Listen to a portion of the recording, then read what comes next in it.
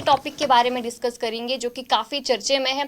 कल से ही देखा जा रहा है कि दिल्ली में एक दर्दनाक हादसा जो है वो पेश आया है। उसके बाद से सोशल मीडिया की बात करें या फिर टेलीविज़न की बात करें, हर जगह इसका चर्चा जो है वो देखने को मिल रहा है।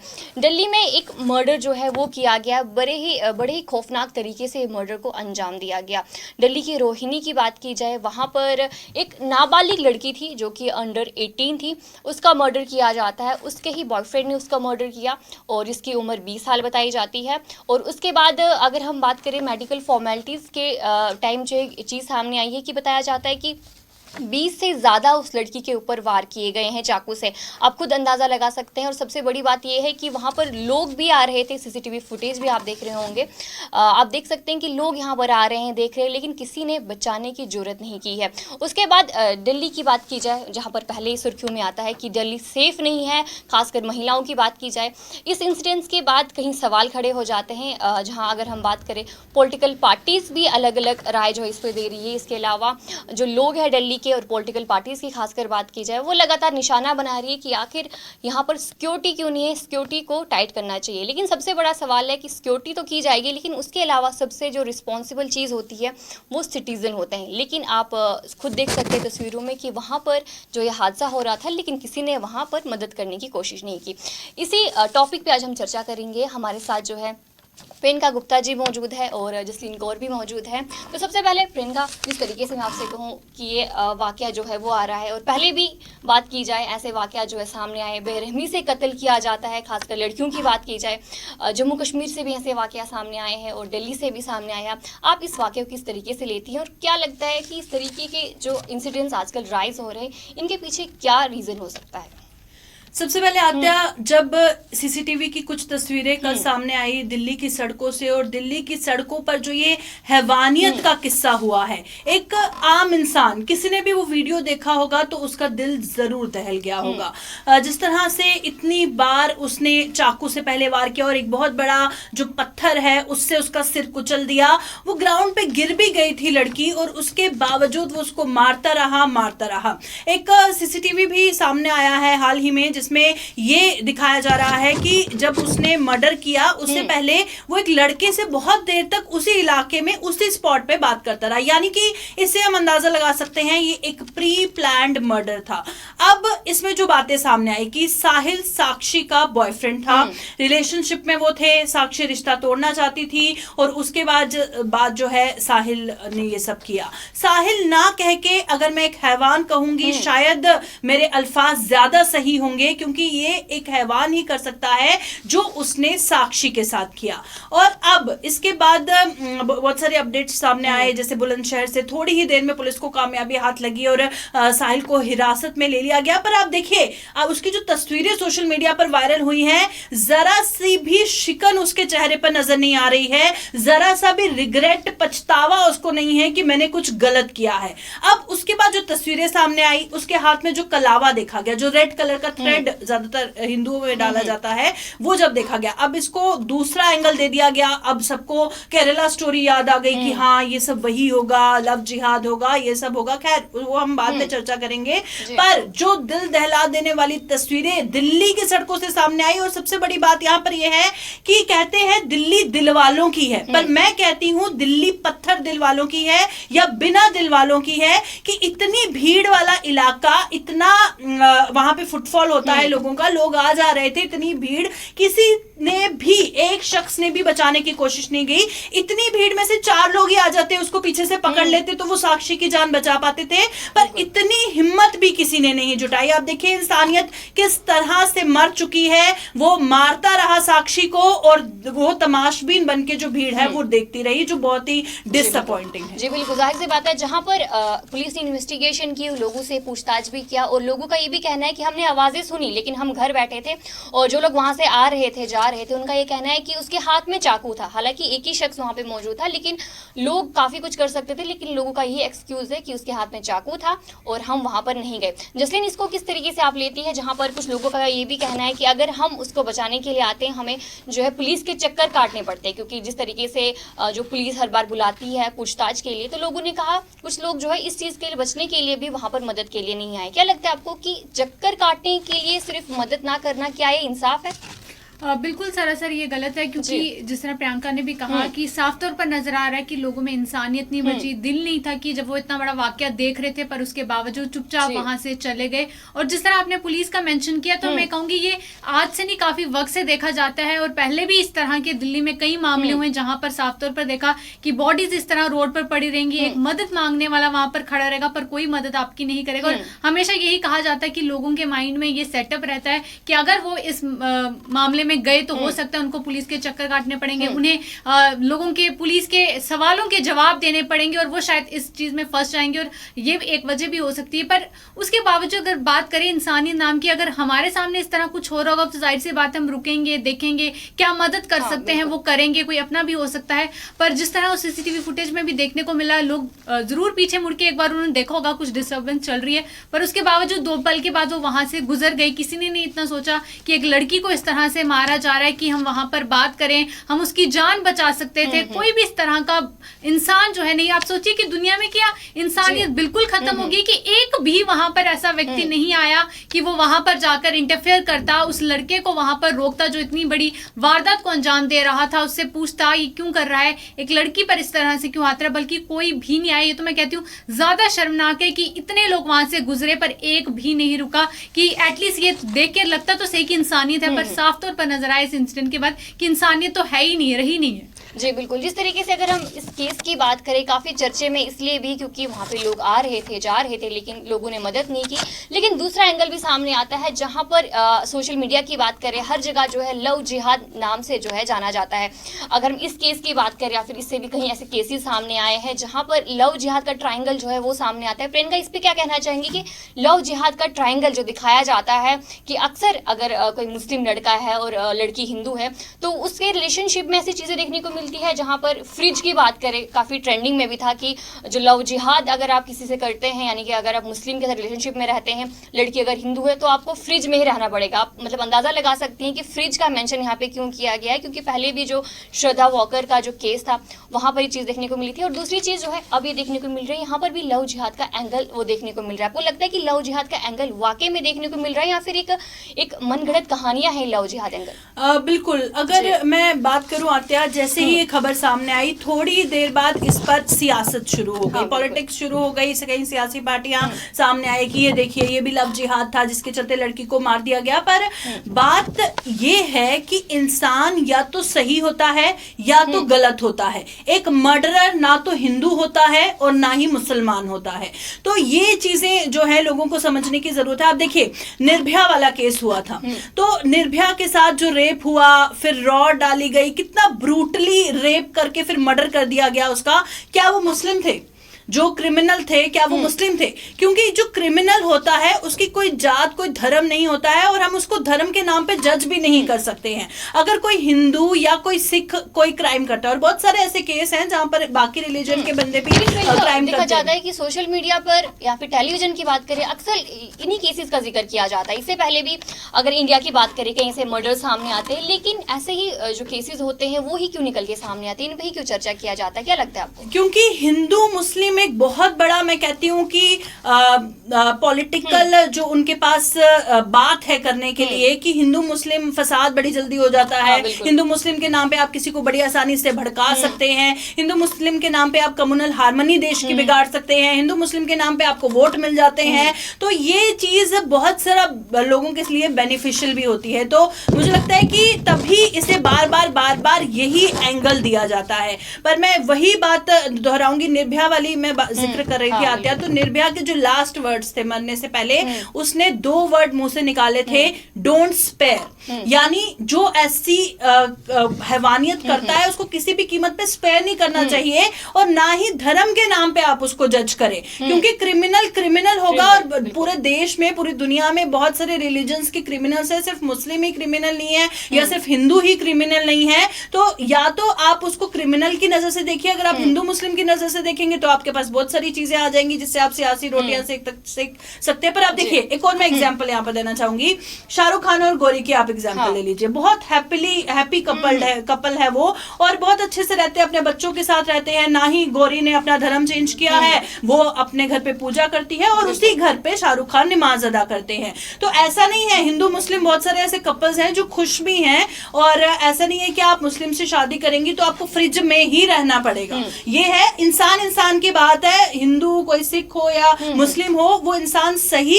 या फिर गलत होगा। जी बिल्कुल। जिस तरीके से अगर हम पॉलिटिकल पार्टीज का जो जिक्र हो रहा है, यहाँ पर पॉलिटिकल पार्टीज की बात करें, जहां पर बीजेपी बोल रही है कि आम आदमी पार्टी को ये चीज देखनी चाहिए, लेकिन आम आदमी पार्टी कह रहे हैं कि हमारे पास पुलिस नहीं थी।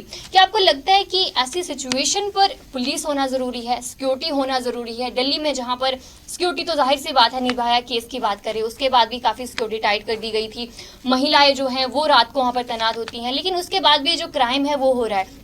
तो इसमें कहीं ना कहीं जिम्मेवार जो है आम व्यक्ति भी है, सिटीजन भी है, उनकी भी रिस्पॉन्सिबिलिटी बनती है। बिल्कुल। अरविंद केजरीवाल ने, कल मैं देख रही थी उनका बयान सामने आया था कि कानून व्यवस्था उन्होंने कहा इसके लिए जिम्मेदार है, पर पॉइंट ये है कि हर गली, हर नुक्कड़, सड़क के हर कोने में आप पुलिस तो नहीं दे सकते हर किसी को, पर एक रिस्पॉन्सिबल सिटीजन होने की नाते जो आसपास लोग थे उनको भी समझना जरूरी था। अब हर कदम पे पुलिस ऑफिसर तो तैनात कर नहीं सकते हो, तो उनका भी फर्ज था कि वो उसको बचाते, और अगर वो बचाने की नियत रखते तो आई एम श्योर कि साक्षी आज जिंदा होती। जी बिल्कुल। जहां पर अगर हम बात करें कि आजकल ऐसे केसेस देखे जा रहे हैं, अगर कुछ सालों की बात की जाए, ऐसे केसेस लगातार सामने आ रहे हैं जहां पर बुरी तरीके से मर्डर किया जाता है, टुकड़े टुकड़े किए जाते हैं। क्या लगता है इसके पीछे क्या मेंटालिटी? जसलीन, पहले मैं आपसे पूछना चाहूंगी, उसके बाद प्रियंका मैं आपसे यही सवाल पूछना चाहूंगी। बिल्कुल आते, मैं इसमें आंकड़ों पे आऊंगी, रिसर्च पे आऊंगी, क्योंकि अगर आप पिछले कुछ ईयर्स का डाटा देखेंगे तो उसमें साफ तौर पर बताया कि अगर इंडिया में क्राइम की बात करें तो हर 10 मर्डर में से एक मर्डर जो है वो लव के ऊपर या धोखे के ऊपर इस तरह लगातार देखने को मिल रहा है। अगर आप पिछले कुछ केसेस लेंगे तो आप साफ तौर, चाहे हम लिव इन रिलेशनशिप की बात करें या मैरिजेस में भी बात करें, तो ये चीज देखी जा रही है कि मर्डर जो है इसमें प्यार को लेके भी या धोखा मिलने के ऊपर भी या तमाम आपस गर्लफ्रेंड बॉयफ्रेंड की लड़ाई के बीच में देखने को मिल रहा है कि इंडिया में इस तरह का क्राइम जो है वो बढ़ते हुए नजर आ रहा है। और पिछले कुछ मामलों में जो है, जो कि क्राइम ब्यूरो की तरफ से भी जो डाटा सामने आया था, उसमें भी ये बताया गया कि अगर पिछले साल अगर हम बात करें तो पिछले 7 सालों में देखने को मिला है कि मोर देन 28,000 वुमेन जो हैं वो यहाँ पर किडनैप हुई हैं बाय दी मेन, और जो उन्हें फोर्स कर रहे थे शादी करने के लिए। उसके बाद अगर बात करें तो 13,000 से ऊपर जो है यहाँ पर किल्ड भी किए गए हैं सिर्फ प्यार के लिए, और कि उन्हें प्यार नहीं मिला या फिर प्यार में जो है उन्हें धोखा मिला है। ये लेटेस्ट जो है नेशनल क्राइम ब्यूरो की बात करें, NCRB की बात करें, तो उन्होंने अपनी रिपोर्ट में जो है ये फिगर्स जो हैं वो बताई हैं। तो अगर हम इस चीज को देखें तो हम इस चीज को भी इस तरह से देख सकते हैं कि यहाँ पर इंडिया में क्राइम रेट भी बढ़ रहा है, और क्राइम में से 10 में से अगर मर्डर केस की बात करें तो उसमें प्यार को लेकर देखा जा रहा है कि आपस में लड़ रहे हैं, जहां एक तरफ प्यार का दावा करते हैं वहीं दूसरी तरफ वही दो लोग जो हैं एक दूसरे की जान यहाँ पर ले रहे हैं। तो इस चीज पर भी काम करने की जरूरत है। अगर आप देखेंगे कि इन मामलों में क्यों इस तरह हो रहा है कि अगर प्यार भी करते हैं उसके बाद दूसरे पल एक दूसरे को मार भी रहे हैं, तो मुझे लगता है बहुत सारी ऐसी चीजें हैं जिन फैक्टर्स पर हमें काम करने की जरूरत है। और बहुत सारे केसेस अभी जैसे जसलीन ने कहा कि ऐसे ये मर्डर केसेस ज्यादा आ रहे हैं कि लड़का लड़की जो बॉयफ्रेंड गर्लफ्रेंड है, जो प्यार करते हैं या लिव इन रिलेशनशिप में रहते हैं या जिनकी शादी होने वाली होती है, तो उस केस में मर्डर केसेस ज्यादा सामने आ रहे हैं। पता नहीं क्या होता है उनके बीच की, उनका जो टेम्परामेंट है ऐसा हो जाता है या माइंडसेट ऐसा हो जाता है या कहाँ से वो हैवानियत आ जाती है जो वो ये कर पाते हैं। और बार बार हमें सुन के हैरानी होती है कि कोई किसी को कैसे मार सकता है, स्पेशली उसको जिससे वो प्यार करता है या उसके साथ रहता है। आपको लगता है कि ये जो प्यार का एंगल दिखाया जाता है कि वाकई में प्यार है या फिर एक पागलपन है? क्योंकि जहां पर अगर हम देखें जो मर्डरर्स है, जो कि मर्डर करते हैं, उनकी एज भी काफी कम होती है। ऐसा नहीं कि काफी एज्ड होते हैं, काफी डिस्टर्ब होते हैं, मेंटली स्टेबल भी होते हैं, फिर भी ऐसी चीजें क्यों देखने को मिलती है? बिल्कुल आता है, क्योंकि जिस तरह आपने भी कहा कि जाहिर सी बात है ये वो वाला 90s वाला प्यार तो नहीं है। ये आजकल की यूथ की बात करें तो यहाँ पर ज्यादा जो है सिर पे सिरफिरा रहता है कि इंसान को इतनी समझ नहीं है और स्पेशली अगर हम बात करें यंगर एज में कि समझ हो क्या गलत है क्या सही है, तो इन तमाम मामलों को देख के तो यही लगता है प्यार तो नहीं है पर एक पागलपन जरूर रहता है या कुछ वक्त की अटैचमेंट है जिसके चलते वो इस तरह के डिसीजंस तो ले लेते हैं पर बाद में वही डिसीजंस जो है गलत साबित होते हैं, जहां उनकी फैमिली को भी सफर करना पड़ता है। तो जरूरी है इन चीजों को थोड़ा इस तरह से देखना, काउंसलिंग की जाए कि घर से ही थोड़ी समझ इस तरह की हो। पर बहुत शर्मनाक है कि जब इस तरह के इंसिडेंट सामने आते हैं जो दिल दहलाने वाले होते हैं। जी बिल्कुल, जहाँ पर अगर हम बात करें जो आजकल की जनरेशन की खासकर ये चीज़ें देखने को मिलती है, लेकिन कहीं ना कहीं जो एक केस था दिल्ली का केस जहाँ पे हम डिस्कस कर रहे हैं, इसमें ये चीज़ भी सामने आ रही है कि लड़की नाबालिग है और उसके पेरेंट्स को इस चीज़ की खबर नहीं है कि ये रिलेशनशिप में है, बल्कि लड़का कह रहा है कि हम 2-3 साल से रिलेशनशिप में रह रहे हैं। तो कहीं ना कहीं पेरेंट्स की इन्वॉल्वमेंट होना भी ज़रूरी है कि आपके बच्चे जो टीनेजर्स है, क्योंकि टीनेजर्स अक्सर ऐसी हरकतें करते हैं, काफ़ी जुनून जज्बाती हो जाते हैं। हम सबका टीनेज रहा हुआ है, हम सबको पता है कि उस टाइम पे क्या सिचुएशन होती है। तो इस टाइम पे पेरेंट का भी रोल होना बेहद ज़रूरी होता है। आपको लगता है कि अगर इस केस की बात करें जहाँ पर इस लड़की का बुरी तरीके से मर्डर किया गया जिसकी उम्र 16 साल बताई जा रही है, तो यहाँ पर कहीं ना कहीं पेरेंट्स को भी ये चीज़ देखनी चाहिए थी, पेरेंट्स को भी जो है टाइम टू टाइम पे अपडेटेड रहना चाहिए था। बिल्कुल। यहाँ पे जैसे टीनेज की तुमने जिक्र किया, जो एक टीनेजर होता है उसको उतना वो मैच्योर नहीं होता कि चीजों को सही गलत तोल पाए कि क्या सही है क्या गलत है। अब तुमने वालिदैन की बात की, जो पेरेंट्स है वो हर पल की एक्टिविटी पे नजर नहीं रख सकते, क्योंकि जब बच्चा कॉलेज जाएगा, उसके बाद ट्यूशन जाएगा, पढ़ेगा, फ्रेंड्स के साथ जाएगा, तो एक एक चीज पे तो पेरेंट्स नजर नहीं रख सकते। पर हाँ, ये एज जरूर होती है, कहते हैं ना इस एज में बिगड़ने के ज्यादा चांसेस होते हैं। तो इसीलिए जरूरत है कि काउंसलिंग करें, जो गैप है पेरेंट्स और बच्चों के बीच में उसे खत्म किया जाए। इतना फ्रेंडली माहौल पेरेंट्स अपने बच्चों को दे कि वो कुछ भी शेयर कर दे, कोई दोस्त बना है तो शेयर कर दे, तो ताकि वो बहुत ज्यादा कंफर्टेबल हो जाए। ज्यादा प्रॉब्लम वही होती है जहां पर बहुत ज्यादा कम्युनिकेशन गैप होता है पेरेंट्स और बच्चों के बीच में। तो बिल्कुल ये टीनेजर वाला जो स्टेज होता है वो बहुत, मुझे लगता है कि सेंसिटिव कह सकते हैं इसको होता है। जहाँ पर अगर मैं बात करूँ कि आजकल की जनरेशन जो है काफ़ी इन्फ्लुएंस हो जाती है, अगर हम बात करें रैपर्स हैं या फिर जो गन कल्चर को प्रमोट किया जाता है वहाँ से काफ़ी इन्फ्लुएंस हो जाता है। कि आपको लगता है कहीं ना कहीं ये एक चीज़ रिस्पॉन्सिबल है जो कि आजकल की यूथ को बिगाड़ रही है, क्योंकि गन कल्चर को वो प्रमोट करते हैं, कोई रैपर है या फिर कोई बड़ा स्टार है, या रैपर्स की बात की जाए, वेस्टर्न रैपर्स है जो गन कल्चर को काफ़ी प्रमोट करते हैं, ड्रग्स को काफ़ी प्रमोट करते हैं। हालांकि वो फिक्शन होता है, लेकिन कहीं ना कहीं यूथ जो इन्फ्लुएंस हो जाती है वहाँ से। प्रियंका, इस पे क्या कहना चाहेंगे आप?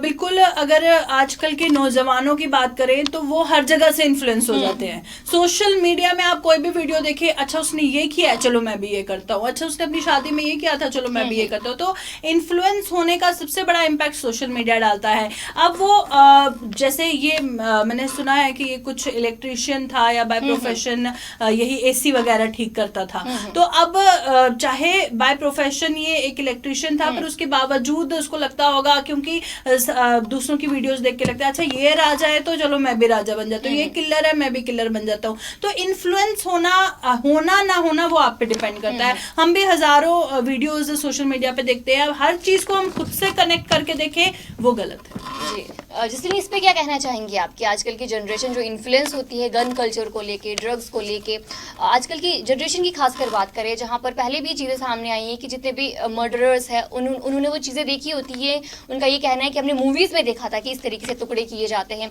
जो श्रद्धा मर्डर केस था वहाँ पर भी ये चीज़ सामने आई थी कि मूवी से इन्फ्लुएंस होकर चीज़ें की जाती है। तो आजकल की जनरेशन किस तरफ जा रही है?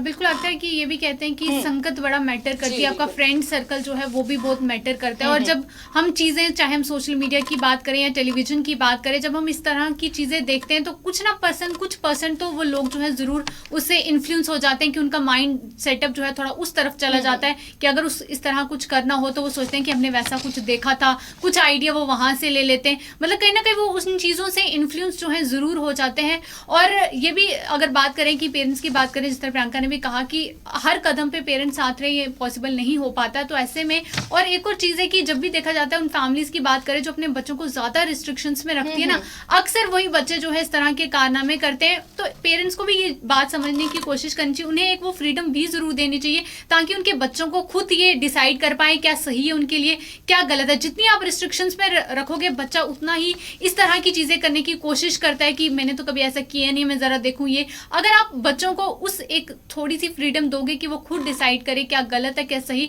तो हो सकता है कि बच्चे इस तरह इन्फ्लुएंस नहीं होंगे। तो पेरेंट्स के साथ एक बड़ा वो मेन पॉइंट रहता है कि वो किस तरह से अपने बच्चों के साथ डील कर रहे हैं, उन्हें कितनी फ्रीडम दे रहे हैं, और रेस्ट हम कहें कि ये उन इंडिविजुअल पर ही डिपेंड करता है कि वो उस संगत से कितना इन्फ्लुएंस हो रहा है, नहीं हो रहा, कि अपने वो डिसीजंस खुद सही ले सकता है या गलत नहीं ले सकता। ये तमाम चीजें जो देखनी पड़ती हैं जी। जहाँ पर अगर हम बात करें कानून की, काफ़ी मर्डर्स जो हो जाते हैं, लेकिन उसके बाद अगर हम सिस्टम की बात करें तो ऐसा कुछ कानून तो हालांकि काफ़ी कानून है हमारे कॉन्स्टिट्यूशन की बात करें, मर्डर्स को लेके काफ़ी कानून है, इसके अलावा जो रेप करते हैं उनको लेके काफ़ी कानून है, लेकिन आपको लगता है कहीं ना कहीं हमारा जुडिशरी सिस्टम जो है वो भी रिस्पॉन्सिबल है? क्योंकि अक्सर अगर हम कोई बड़ी सज़ा किसी को होगी तभी लोग डरेंगे, लेकिन स्लो काफ़ी प्रोसेस। आपको लगता है कि जुडिशरी सिस्टम हमारा कहीं ना कहीं रिस्पॉन्सिबल है इस चीज़ में?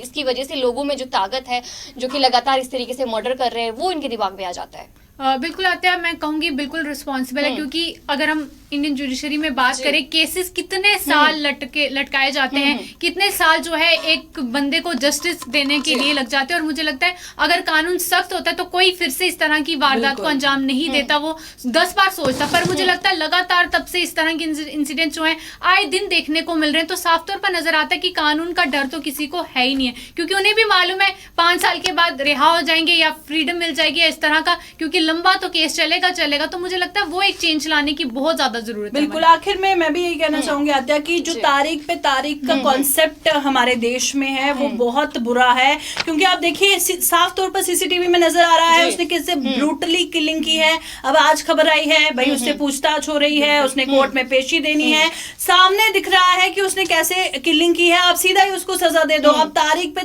तारीख पड़ेगी, पता नहीं कब जाके साहिल को सजा होगी। और केस में जैसे हुआ था 10 साल लगे थे उसको। जी। चलिए आज के टॉपिक में इतना ही, जहां पर हमने डिस्कस किया कि दिल्ली में जो मर्डर केस हुआ है उसको लेके जो लव जिहाद का एंगल सामने आ रहा था उसको लेके हमने आपको बताया, और इसके अलावा भी कहीं ऐसी चीज़ें जो है रिस्पॉन्सिबल है जहां पर आम लोग भी रिस्पॉन्सिबल है, वो वाकई पे मदद कर सकते थे और आज शायद वो हमारे बीच हो सकती थी, लेकिन जो आम लोग थे वहाँ पर वो उन्होंने मदद नहीं की। इसके अलावा कहीं ना कहीं जुडिशरी सिस्टम भी रिस्पॉन्सिबल है। चलिए वक्त चलता है अलविदा लेने का, मुझे और मेरी पूरी टीम को दीजिए इजाज़त। नमस्कार।